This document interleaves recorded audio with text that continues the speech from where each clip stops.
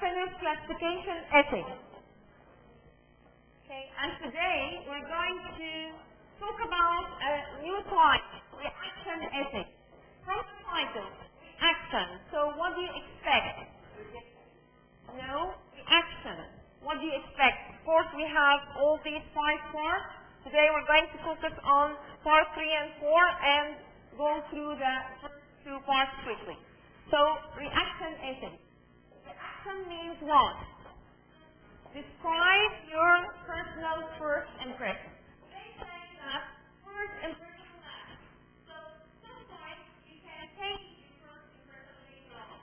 If you read more, if you search more, if you try to get more information about things that are reacting or the person that are reacting to. So, here, in the reaction essay, you will, for example, read something like short story or a novel or a text. You're going to see a portrait or a painting, and you're going to write or a reaction essay on your first impression. How do you feel about it? So since we're talking about feelings, and since we are talking about our own reaction, so if you're going to outline your essay, you're going to answer these questions. How did you feel towards this painting or towards this short story? What did you see? What did you see in this painting? Or what are the events or the plots that you have figured out or understood? What's your opinion? What do you think of the scene or the view that you have seen, or the plot, the story that you have read? What is a good example in this painting, for example, or in this story? And what can you conclude? Your own. So here, in the organization of the reaction, it has to contain what? Begin with your own theme by stating what your reaction was. In the thesis, you will say that I hate this, I love this, I find that this is interesting, I find that this is boring. This is your reaction. In the thesis, yeah, it's only about how do you feel? What's your impression? Okay? Of course, when you're talking about feeling, it's hard to find evidence.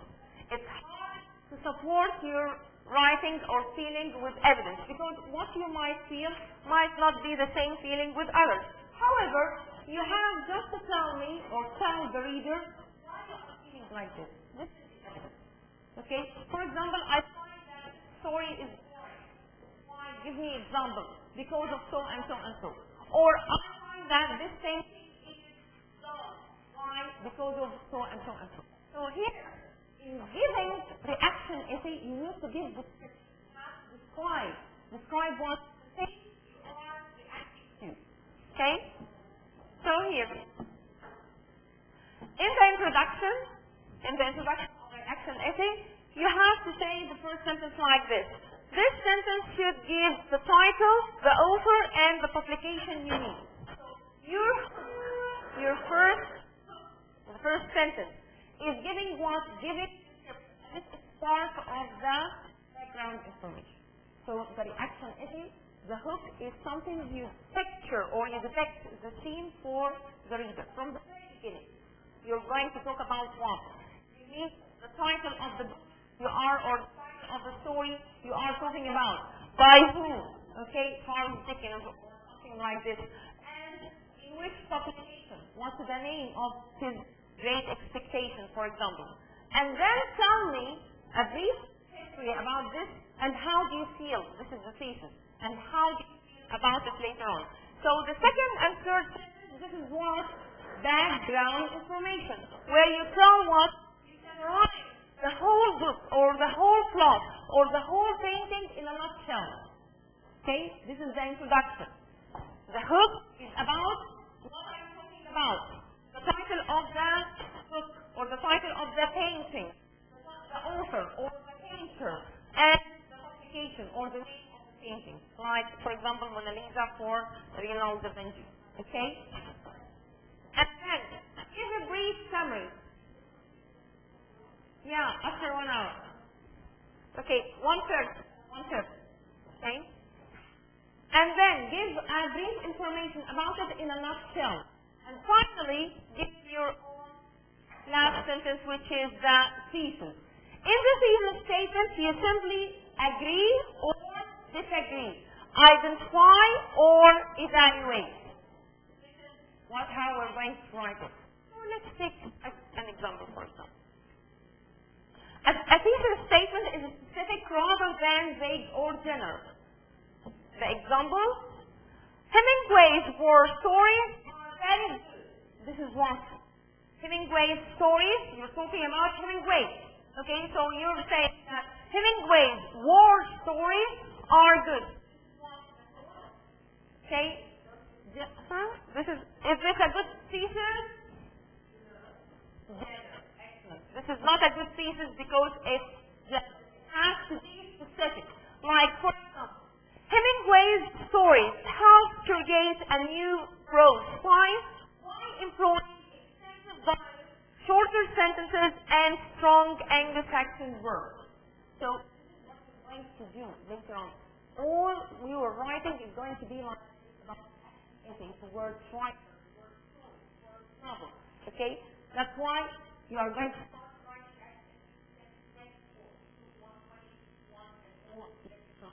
later on. Study this very well for later. Okay? So here, you're talking about who? In the thesis, you have to tell me what you are going to evaluate, or what you are going to argue about, or what you are going to agree or disagree in this painting or this story or novel or short story. So here we're talking about Hemingway's stories. So we're saying Hemingway's stories helped create a new prose style. This is what we're going to criticize, to give commentary on. Okay? This is what we're going to do as a literature student later on, starting from now. Okay? By employing extensive dialogue. This is number one. By the paragraph 1, you're going to describe in his story how did he manage to employ extensive dialogue and giving quotations. Memorize quotations. Okay? Later, I'm talking about now. Okay? Number 2, shorter sentences. You're going to quote some sentences of some of his stories and in body paragraph 2, and you're going to describe this. And strong Anglo-Saxon words. You're going to quote some of his words and mention it again, referring back to the Anglo-Saxon era or stage or civilization stage. And the text, we're talking about how all these 3 elements affected his writing or affected the influence of his story or writing. In the conclusion, you're going to give what? You're going to give again your own reaction towards all his. Okay? So this is for. Then, language of reaction essay, you can say it like this. My reaction to what I have just seen or I have just read is so and so.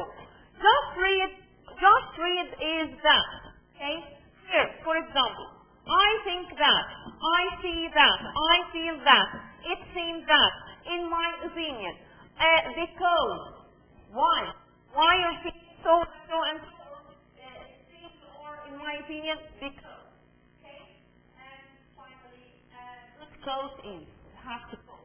Right? As a literature student, whenever you study story, a novel, a drama, you have to memorize some verses and quote them between 2 inverted commas to support your argument, to support your comment, to support your analysis. Okay? That's why the action essay is very for you, for all the courses. Okay? In addition, for example, moreover, all these one conjunction words. And finally, the conclusion. So, conclusion of the action essay. How we're going to close the reaction essay. Concluding the essay with what your reaction was. In the introduction, you mentioned what was your reaction. You felt that this is interesting, this is boring, this is funny, this is amazing, I enjoyed reading it. This is what you have mentioned in the thesis or in the introduction. You're going to restate it again in the. So, in the conclusion, Remember, restatement all the time. In the conclusion, you have to start with the restatement. Here, restatement was your reaction again. So, what was your reaction? The first thing. Then, how a particular aspect affected your reaction?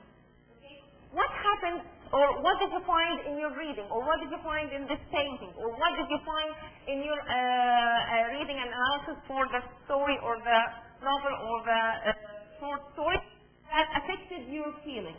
That made you say that this story is boring, or is interesting, or the writer was successful in this story, or the writer wasn't so successful in this story in comparison to other works or other novels that he had written before. This is your own commentary. This is what you're going to do as a little. Okay?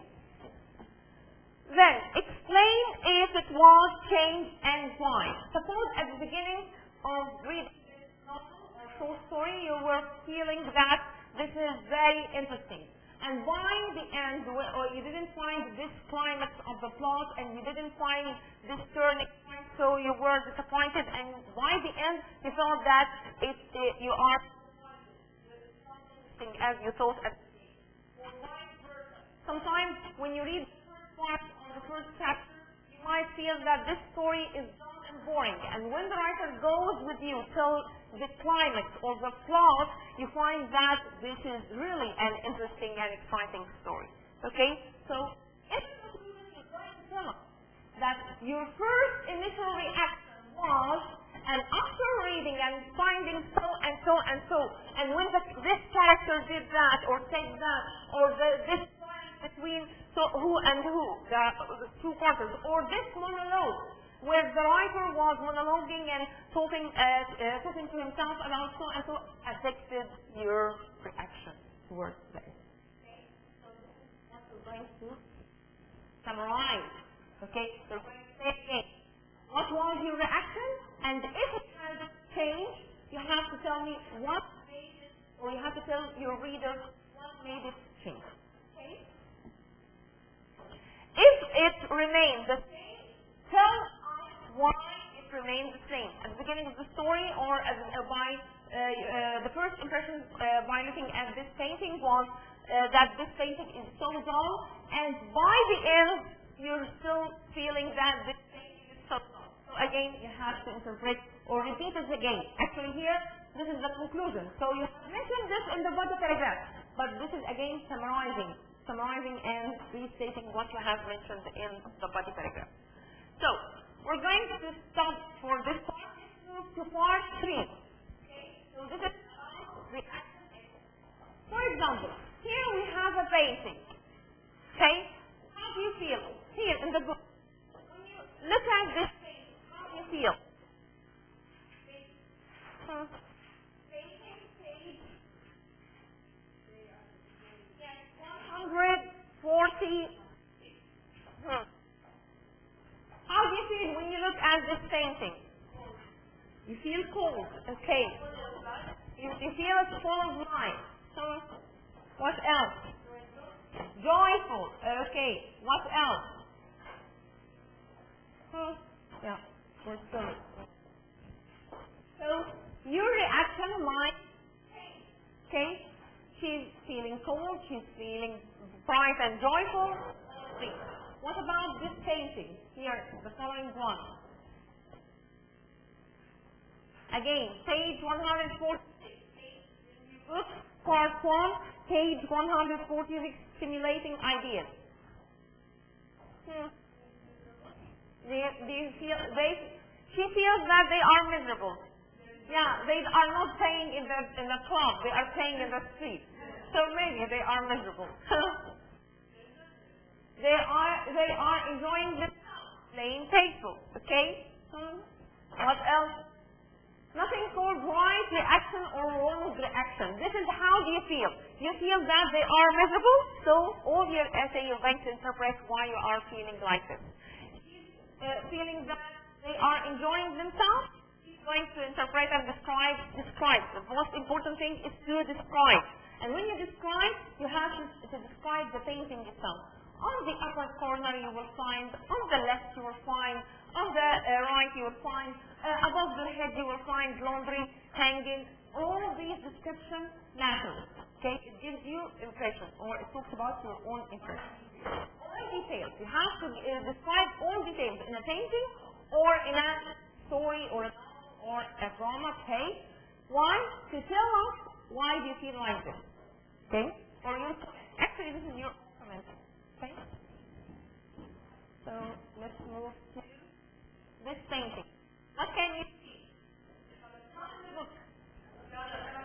Colorful. It's colorful. Okay, what can you see? She can see two faces. Okay. It's very complicated. It gives the impression that it's not easy, it's not simple. I feel it's complicated. Excellent. She's saying two faces. Other says, I'm seeing two angry birds. Can you see the angry birds? Okay, their peak and one its peak is open wide and this other one is crossing, okay, or crying. Okay? So again, how do you see something? It differs.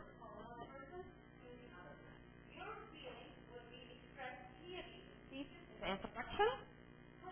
Your book is going to be about the title of this painting or the title of the story, the author, the publication, and then brief summary. It's about what and how do you feel about it, and then start analyzing in the first paragraph why every part, every corner is representing something to you. Interpret it and describe and say how you feel. In the conclusion, the overall feeling, your overall impression is going to restate it again, and you're going to tell us why if it remains the same or if it has changed. Simple? Okay. This is again what you're going to work with till in all other courses. Okay. Now let's move to part 3, please. Our focus here now is on the language function for description. How to describe things. Here, part 3, page 158.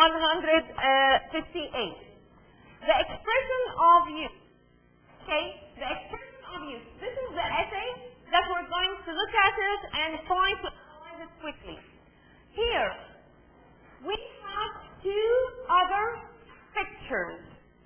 Okay? Which one would you think is more interesting and which one is boring, and how do you feel about everyone? Here, the writer is analyzing the two photos or the two pictures taken by different persons. He's mentioning who is the photographer, and it was published in which magazine or in which place, and he's depicting or portraying each scene for the reader. Okay? So who is going to read the introduction for us, please? Part 3, page 158. Yes, please.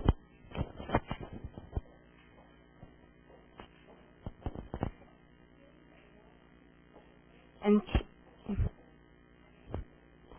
seeing the emotion expressed in children's faces can children laughing hysterically, teeth showing, can brighten up your day. Thoughtful. Solomon, introverted feelings can touch you deeply. The photograph, Margaret Bork White, Village School. This is the name of the painting or the photograph. Okay? So, Village School, this is the first name of the first photo. And Alfred Essence Sedit's Children's Puppet Theater. And Children's Puppet Theater, this is the name. So in the introduction, the title of the work and the publication. Paris, 1963.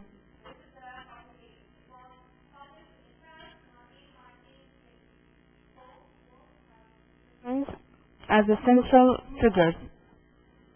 Village School shows the more serious side, while Children's Puppet Theater reveals the freedom of youth.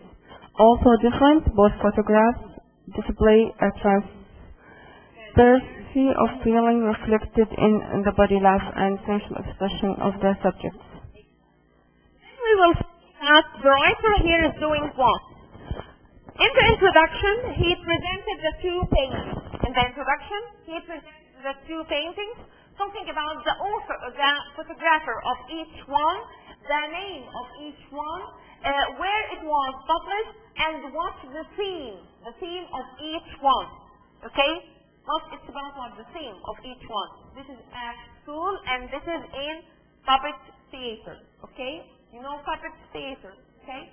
Then, in each body paragraph, the writer is assigning the first body paragraph to describe one of these pictures, what he can see and how he feels about the light, the color, the darker color, the facial expressions on the student's face, all of these, the alignment of their sitting, all of these. This is in body paragraph 1.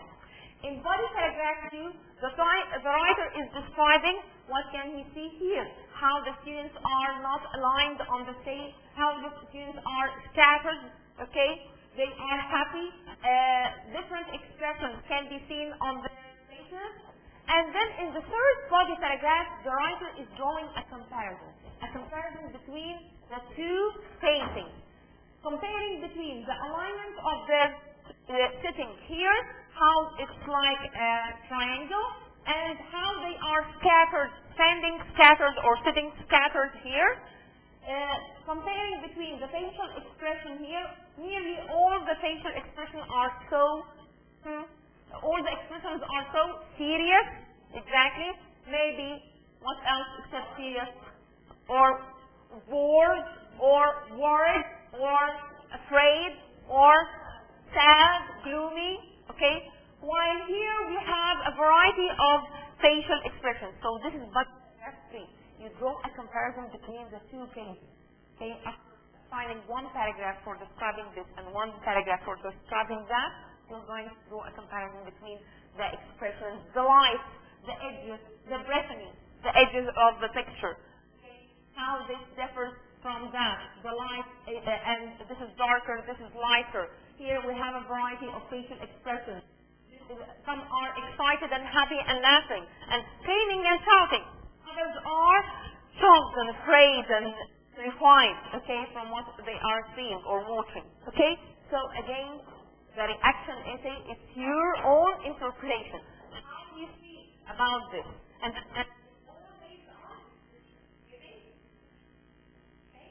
now we move to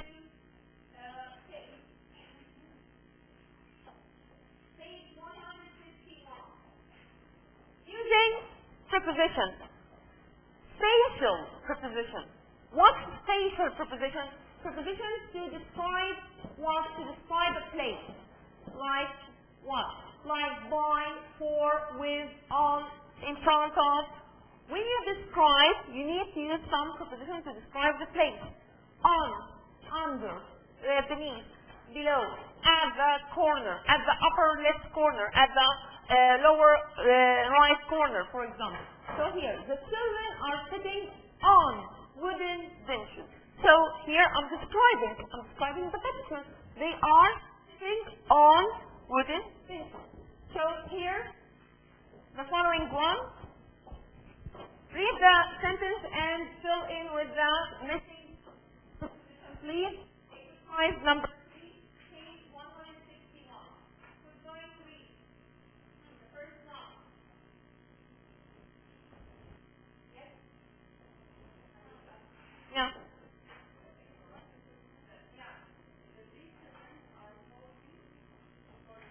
Exactly. Posing for the camera. Pose 4, they are standing for the camera to have a static shot. Number 3. Yes, please.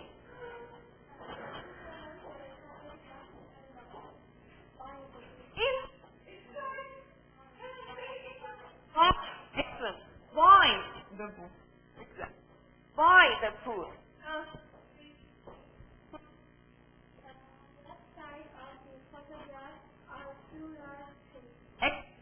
On the left side of the photograph, here describing the scene of the photograph. I and you will study this, you will find different portraits and different paintings on EL121 that are going to describe and write the action essay like this.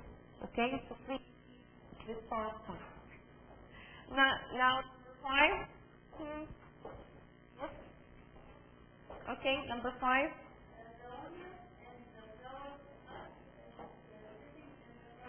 Exactly. The woman in means she's wearing, like men in black. Men in black, they are wearing black suits. Okay, so in here in a hat means she's wearing a hat. She's not sitting on the hat. Okay, so please be aware about the last one.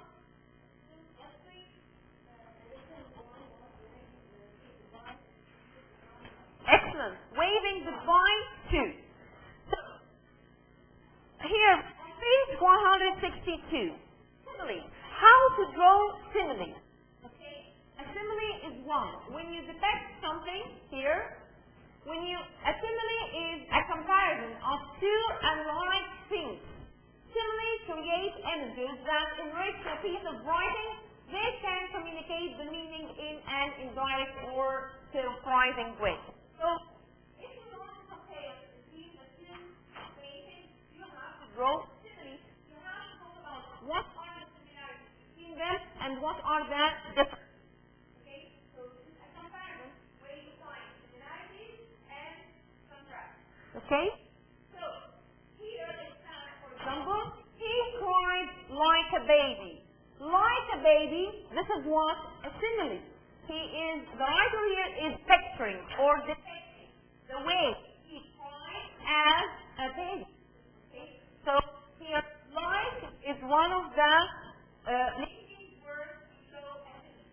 Another one is here, for example, it can use a preposition like plus a noun or a noun phrase. Like this example. The rollers in the girl's hair look like a peacock's feather. You know peacock's feather? She's wearing something like a peacock's feather. So here this is what another simile using like plus what a noun phrase. Also, it can use as, adjective as. So when you draw a simile to show similarity or contrasting points or differences, you can use like or you can use adjective as or is not as adjective as. For example, he is as clever as his father, or he is not as clever as his father. So this is to show similarity or differences. Similarity or differences. So here it says, in the newspaper photograph, he looked as proud as an eagle. As proud as an eagle, here we're depicting that his posture or his look in the photograph, that he was very confident of himself. He was very proud of himself like an eagle. Okay? So let's practice this. Okay?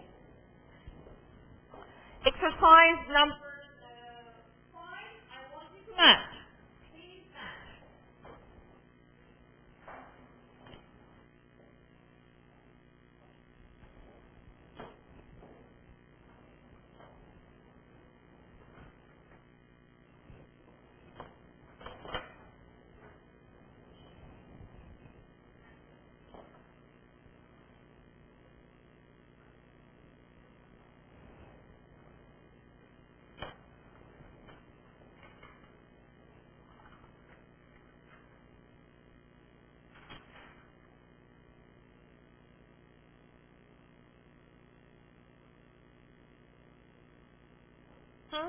Who can answer? Ladies? Yes, please. First one.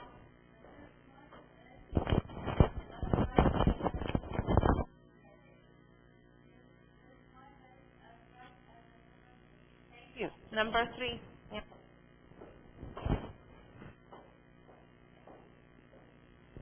Runs like a jaguar. He runs like a jaguar. Excellent. Okay. All these are similes.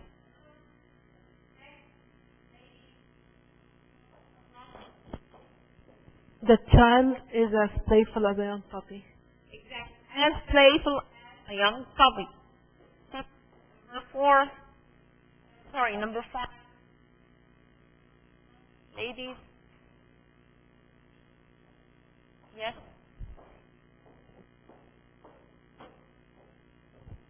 The street is as colorful as a amusement park. Amusement park. As colorful as an amusement park. The shadows are light, thick velvet curtains. So here, this is for what? Drawing a simile. Let's practice something that we have covered before on page 105. Relative pronoun. What's a relative pronoun? It's usually an adjective clause. Okay, so relative clause is very relevant to what we have studied before as adjective clause. It can start with who, which, or that. So we have two types of relative pronoun or relative clause. We have what we call effective relative clause that we can't delete. It affects the meaning of the sentence because it gives what? It modifies or it describes a noun. Like what? For example, that is the woman. Can I start? That is the woman. The meaning is incomplete. Who sits next to me in French class? Okay? So here, who sits next to me in French class? This is restrictive relative pronoun. We cannot delete. The meaning is going to be ambiguous, unclear, incomplete. So expect this. Expect that you are going to be asked to write relative or complete fragment sentence using the relative. Some other times we have what we call non-restrictive. Non-restrictive meaning what? And still the rest of the sentence can give us a meaningful or be meaningful to us. Walker Evans, who collaborated with the writer James A. one famous 20th century photographer. If we remove this here it's preceded by a comma and it's followed by a comma. So this clause is put between two commas as when you delete it or when you skip it, affect the original sentence. The original sentence says what? Walker Evans was a famous 20th century photographer. This is the first sentence. But we want to modify, we want to describe information about this writer. This photographer. So we say that who collaborated with the writer James A. So a successful photographer who worked with another writer in his writing or in his work. So here, let's practice the following one. Whenever you read the sentence, here you read the sentence and find the relative clause. If you find that this is restricted, we can't delete it. If you find that this is non-restrictive, we can delete it and the rest. Right. So the first is done. The photographer who was also a set designer was Cecil Payton. Here, the restrictive, okay? Because the information that you want to add for us is who was also a set designer. Who was also a So number 2. The first one is restrictive, that's why no commas. No commas before it, no commas after it. Please, second one. Matthew Brady.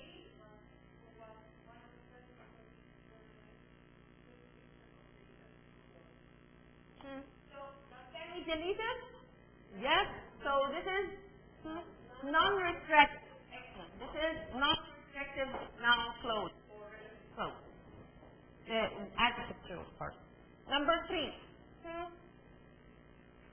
Yes, please.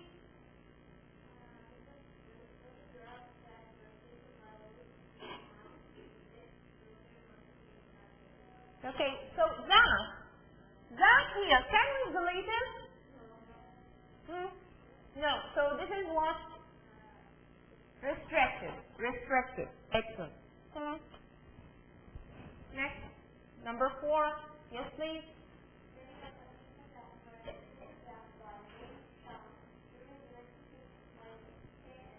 Tenants, farmers. Okay. Can we delete it? No. So this is excellent. Restricted. Okay. Now we come to the last exercise here on page 168.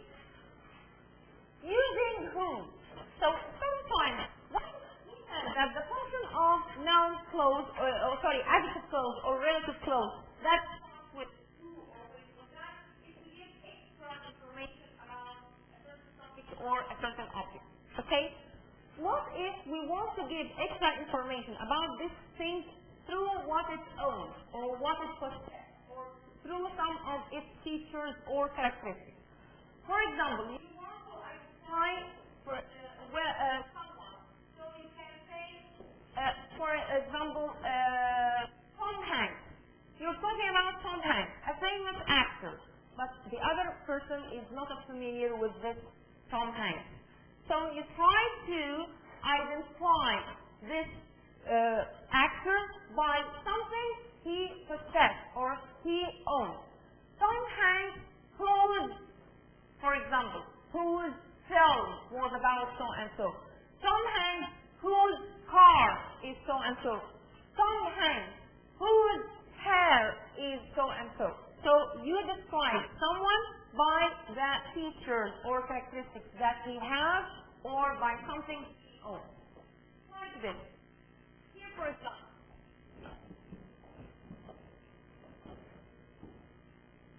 The girl. I want to identify this girl for you. Whose hair is in rollers, okay? Is getting her hair straightened. So, how do you know that which girl? I'm pointing to any girl, okay? And I want you to look at specific girl. How I can help you to identify this girl by something she possesses or she owns. Her hair is in rollers. Okay, so the girl whose hair is in rollers is getting her hair straightened. Maria, you don't know who's Maria.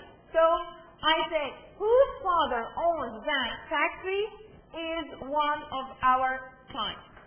Here, if you say Maria is one of our clients, the sentence is correct. But I want to add more. Okay, I want to identify Maria more for you, so I put non-restrictive adjective clause or relative clause by saying Maria's father owns that factory. Okay, so any question regarding this part? Okay, so let's practice here. Exercise number 4. Exercise number 4, page 169. I want you to use restrictive or non-restrictive relative clause with whose to combine these two sentences. The first sentence is done for you. Here it says, the boy is standing by the tree. His overalls are torn. So, what here, ask yourself, what he possesses in the second sentence? He possesses what? He owns what? He possesses what? Or he owns what? Overalls. So here, the boy whose overalls, remove his and write what? Whose. And bring the second sentence first. The boy whose overalls are torn is standing by the street. Okay, this is the last exercise. Part number 2. Yes, please.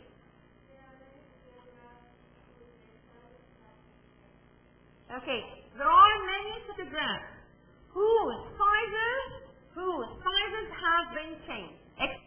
Number 3.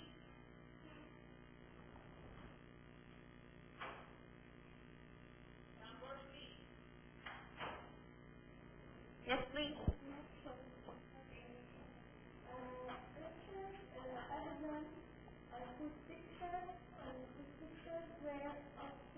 A noun, portray, photograph. So here we're talking about what this person, Richard, and what did he do? Whose picture? So we bring the second sentence directly after the subject we are describing, or after the object if you are describing an object. So it depends. You are giving extra information. The subject brings the extra information after the subject. You're giving extra information for the object, brings the extra information after the object. Okay? So here, Richard is the subject. So we bring the second sentence directly after it by saying whose pictures were of famous celebrities. Was a world-renowned portrait photograph. Number 4, lady. Number 4. Yes, please.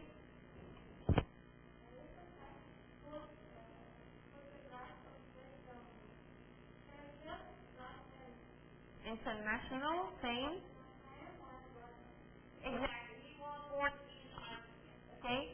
Again, we are giving extra information about what? About the subject. So we bring the second sentence, which contains the extra information, directly after the subject. The last one. The last one, please. Yes, please.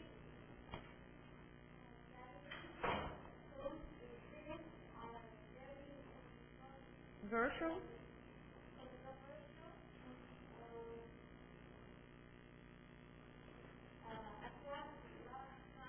Exactly. Okay, so here again we're describing what? Gallery again. Okay? Any questions regarding this part? Ladies, any questions regarding this part? So, no, don't change anything. Just know that the sentence, whose or who or that. Okay? If you don't have something we own, but you have extra description for this subject or this object, you can use who or which or that. If the second sentence gives extra information about what this subject or what this object possesses, then you're going to use what? Whom. Okay? Possess or own. So here, let's stop here.